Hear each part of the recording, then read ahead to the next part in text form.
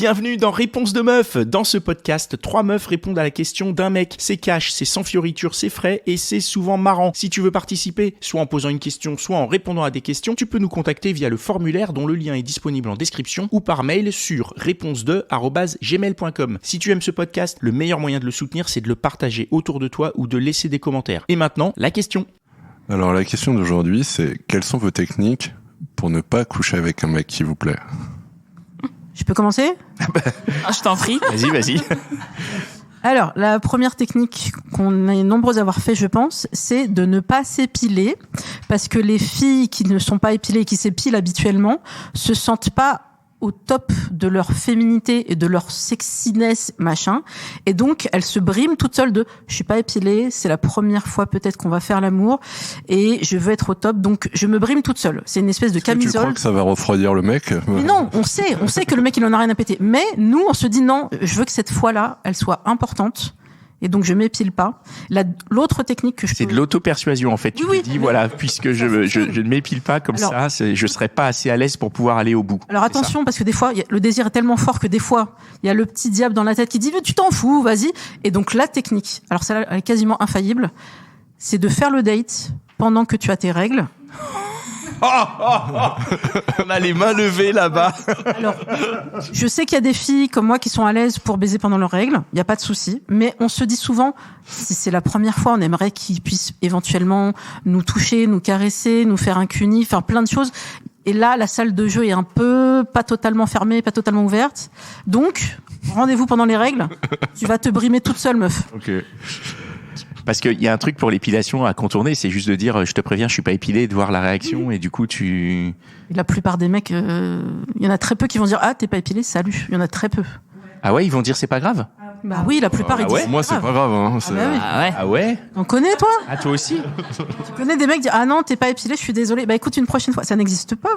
Après, ça dépend aussi à quel niveau, parce que voilà, bon. En termes d'épilation ? Oui. Alors allons dans le détail, je t'en prie. Ah oui, attends, oui, parce que attends, c'est pas évident, mais de Alors, quoi rentrons dans le parle-t-on détail de l'épilation. exactement ? Ok. Rentrons dans le détail. De quelle Alors. épilation tu parles ? Alors il y a plusieurs épilations. Moi je parlais jambes, tu vois, genre voilà, c'est La ça. première c'est les jambes. Le reste, je m'en Et fous. il y a aussi la partie pubis où il y a des femmes qui veulent avoir un pubis Ah non, là il faut. préparé d'une certaine manière. Là il faut. Et d'autres qui s'en foutent. D'accord. Pour toi, il faut épiler ? Ah non, moi non. Ah, ça fait plaisir, ça fait plaisir. Voilà, un mec qui aime les femmes, voilà. Non, en vrai, moi, je suis respectueux, je m'en fous, en fait, qu'il y ait quelque chose ou pas. Mais je comprends effectivement le rapport à ça. Ok. Tu as des techniques à nous partager ? Non, moi je suis preneuse. De technique ? Ouais, je suis preneuse de Et technique. comment tu fais, toi ? T'es jamais tombé sur un mec qui te plaisait et tu couchais pas ? Tu t'es retenu. En fait, t'y vas ? Bah ouais. Ah ouais ! Bah, oui. Mais des fois, t'as pas envie que ce soit au premier rendez-vous pour X ou Y raison. T'as envie d'attendre un petit peu de mieux le connaître. Alors, si je suis en couple, non, j'irai pas. Mais si je suis célibataire, alors là... Non, mais parlons en couple. T'es en couple, il y a un mec qui te plaît. Comment tu fais pour pas y aller ? Quelles sont tes techniques ? Qu'est-ce que tu mets en place pour pas y je sais aller ? pas si je mets vraiment en place des techniques, c'est plus... Ouais, c'est plus que j'y vais pas parce que... déjà, si je suis en couple exclusif, on va repréciser.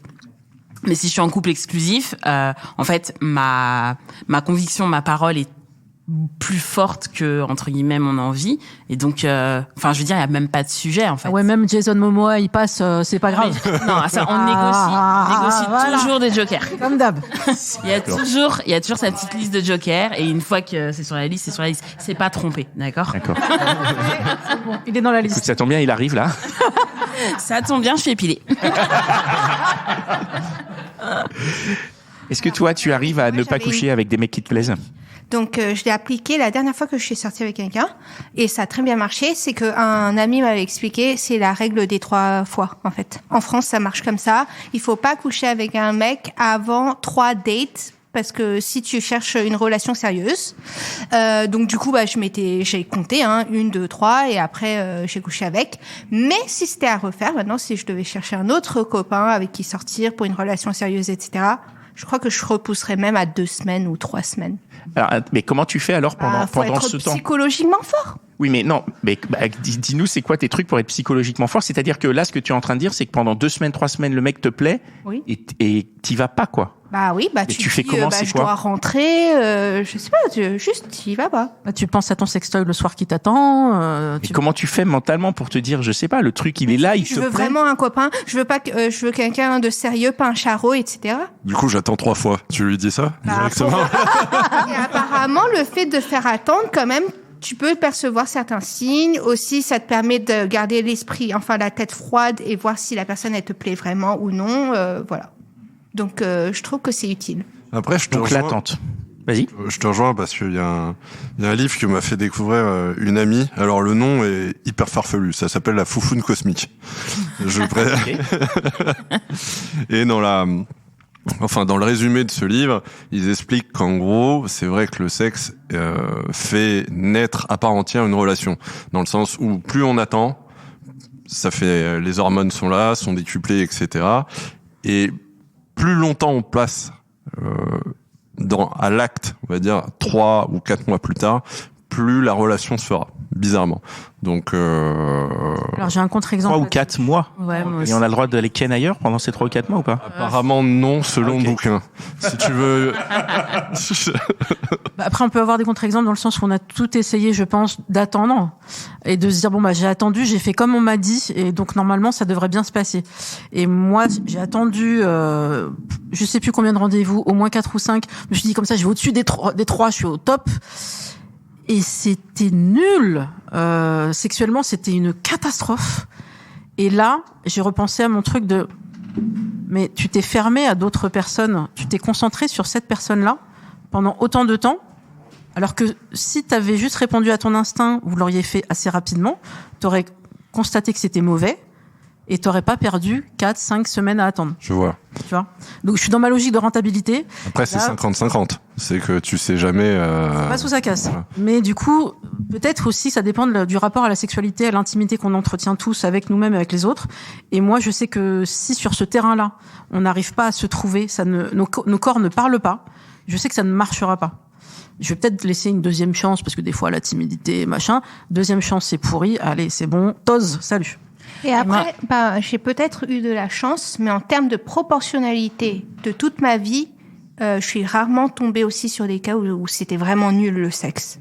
Donc, je pense que ça vaut le coup d'attendre un peu. Et moi, à contrario, j'ai déjà fait des relations longues où on n'a pas attendu et pourtant ça n'a pas empêché la relation. Après, je comprends ce que tu veux dire sur le fait que plus t'attends, plus tu vas créer de la proximité, de l'attente, etc., de l'envie et dans un contexte qui va être plus favorable pour créer une relation.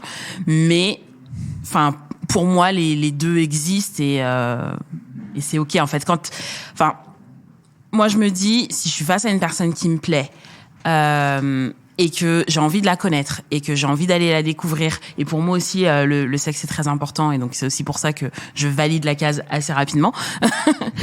Je me dis, j'ai envie de savoir assez vite si ça aussi ça va aller parce que moi j'ai des exemples, tu vois, dans mon entourage de copines qui sont tombées amoureuses de mecs avec qui du coup le sexe ça va pas. Et comment tu t'en sors derrière, c'est vachement compliqué parce qu'une fois que t'as les sentiments et tout, c'est plus dur. Donc ouais, moi je me dis non, j'ai pas forcément envie d'attendre très très longtemps pour éviter aussi de m'attacher à quelqu'un avec qui ça sera pas. Ok. Donc le sexe pour toi, c'est un élément, on va dire, important dans le fait de créer une relation avec quelqu'un. Ouais. Pour moi, le sexe dans une relation. La personne peut avoir la plus belle personnalité qui soit. Si derrière, elle arrive pas à assumer le côté sexuel que t'attends toi derrière, c'est mort. C'est compliqué, ouais. Par contre, tes amies, elles sont capables d'être amoureuses d'hommes, alors que sexuellement, ça n'a pas matché des masses. Alors que c'est pas. C'est pas forcément au niveau, ouais. Non, moi je peux pas être amoureuse si le sexe c'est pas bon, c'est pas possible. Je pense que ça peut faire l'objet d'un épisode à part. On va terminer cet épisode-là. Ouais. Et on va faire un autre épisode où ça va être la question, parce que je pense que ça peut être très très intéressant. Merci beaucoup. Merci. Merci.